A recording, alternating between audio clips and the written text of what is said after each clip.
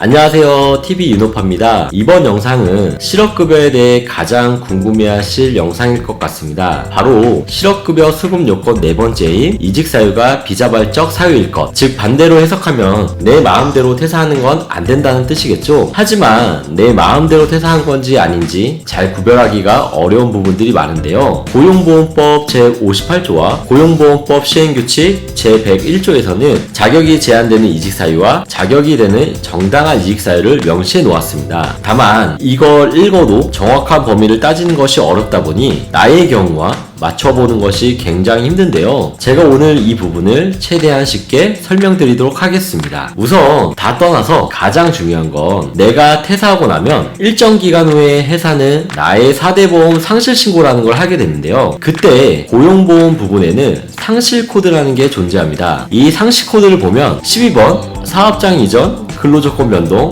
임금체불 등으로 자진 퇴사, 22번 폐업, 도산, 23번 경영상 필요 및 회사 불황으로 인한 인원 감축 등에 따른 퇴사, 31번 청년, 32번 계약기간 만료, 공사 종료가 있는데요. 이 5가지의 코드로 상실 신고가 된다면 큰 문제 없이 실업급여 수급요건 네 번째 자격이 주어집니다. 그래서 퇴사하실 때 작성한 사직서의 이직사유가 굉장히 중요한데요. 왜냐하면 실무에서는 실제 퇴사가 실업급여 지급사유가 되는 경우라도 사직서는 개인 사정으로 돼 있어서 실무자가 상시 코드를 11번 코드로 처리한 경우에는 회사는 이를 수정하기 위해서 과태료를 납부해야 되는 경우가 굉장히 많습니다. 만약 수정 내용이 잘 받아들여져서 퇴사자 개인은 실업급여를 받더라도 회사는 과태료를 납부해야 되는 상황이 발생될 수 있고요. 회사가 잘 협조하지 않거나 고용센터에서도 기존에 작성했던 사직서를 근거로 실업급여 승인이 안 될 수 있기 때문에 꼭 사직서는 정말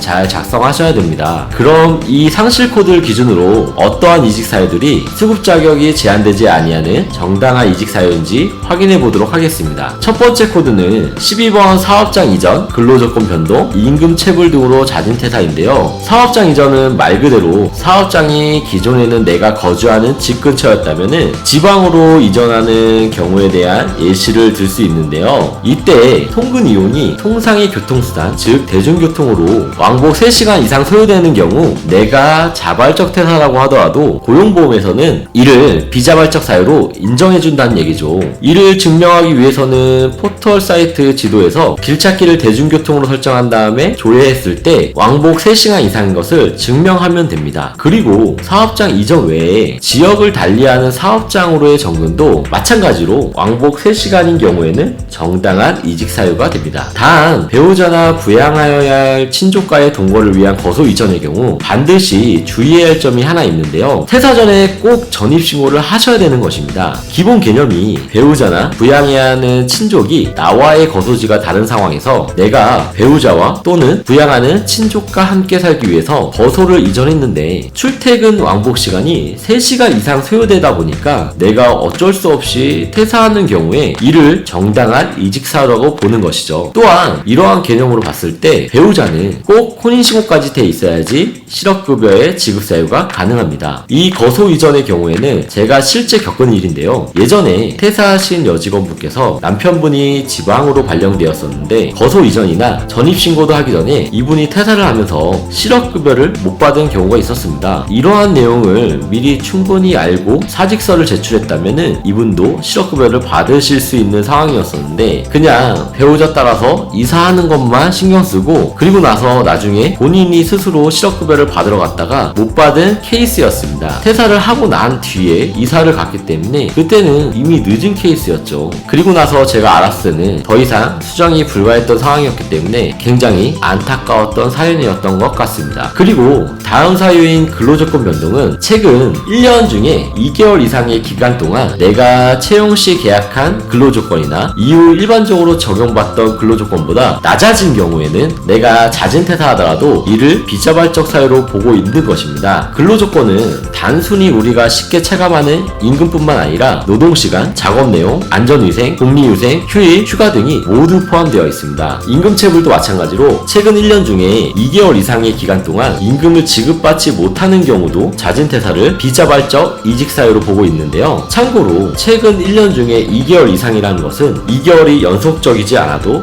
된다는 뜻입니다. 누적 2개월 이상이라면 해당 내용에 포함된다는 것이죠. 이 외에도 최저임금 미달한 경우나 휴업상을 지급받는 것이 평균 임금의 70% 미만을 지급받은 경우에도 비자발적 이직 사유에 포함이 됩니다. 또 하나, 이게 생각보다 내 상황을 모르고 넘어가는 분들이 은근히 많은데요. 바로 근로기준법 제53조에서 정한 연장근로의 제한을 위반하는 경우입니다. 2018년 3월 20일에 개정된 근로기준법이 일주를 정의하기 전까지는 근로기준법 제53조의 연장근로 제한은 행정해석상 소정근로일수 주 5일만이 일주 12시간의 제한을 두었었습니다. 그러나 일주를 7일로 정의하는 개정안이 발의되면서 휴일을 포함한 일주 12시간의 연장근로 제한이 법적으로 강제되었습니다. 이미 300인 이상 사업장은 올해 7월 1일부터 시행되고 있고 50인 이상 사업장도 2020년이 내년 1월 1일부터 시행 예정입니다. 5인 이상 50인 미만의 경우에는 2021년 7월 1일부터 시행이니 내가 다니는 사업장의 규모를 잘 확인해 보시고 내 연장 근로 시간을 잘 계산해 보셔야 합니다. 개정 전에도 이미 법에서 정하는 연장 근로를 초과해서 근무하시는 분들이 많지만 실업급여 사유인지를 모르고 못 받으신 분들이 꽤 많습니다. 예를 들어 보통 2교대를 하는 제조업에서 근무하시는 분들의 경우 12시간의 교대 근무 시간 중에 휴게 시간을 제외하더라도 하루 평균 2.5시간의 연장 근로를 제공합니다. 그럼 이를 토종근로인 5일만 계산하더라도 법적 제한 시간보다 0.5시간이 초과되는데요. 개정 후가 아니더라도 이미 개정 전에 연장 근로 제한을 위반한 것이죠. 내가 지금 연장 근로가 많다라고 생각하시면 꼭 근로계약서를 확인해서 나의 소정 근로 시간의 계약 내용을 확인하시고 나의 사업장 규모도 확인하시어 개정 전후 연장 근로 제한 시간을 계산해 보시는 것도 실업을 대비한 현명한 방법일 것 같습니다. 두 번째, 세 번째 상실 코드인 22번 폐업 도산, 23번 경영상 필요 및 회사 불황으로 인한 인원 감축 등에 따른 퇴사인데요. 이게 명예퇴직, 희망퇴직이나 권고사직, 해고에 해당되는 내용입니다. 우리가 권고사직, 해고하면 뭔가 해고보다는 권고사직이 더 좋은 퇴직 사유가 아닌가 하실 텐데요. 둘은 양방이냐 일방이냐에 대한 문제이지 성격은 동일한 내용입니다. 22, 23번의 상실 코드는 모두 회사 사유에 의한 비자발적 이직 사유가 되겠지만 26번 상실 코드인 근로자의 기책 사유에 의한 징계 해고나 권고사직도 형법상 금고 이상의 형을 받거나 고용보험법 시행규칙 제101조에 규정한 사업에 막대한 지장을 초래한 경우나 정당한 사유 없이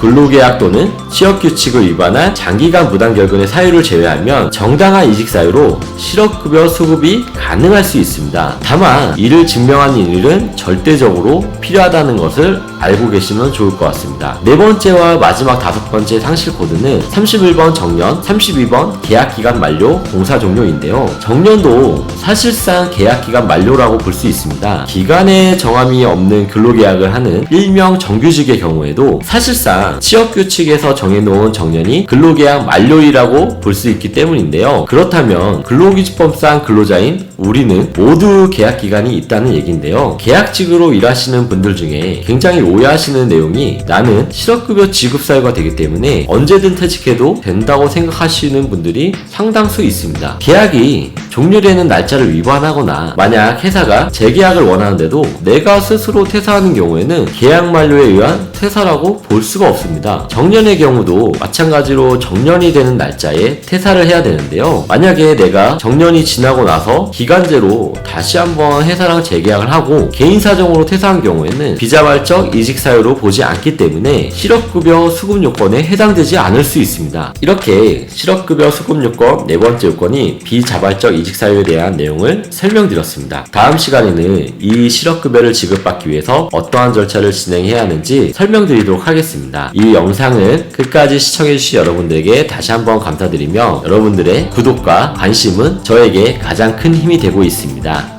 오늘도 감사드립니다.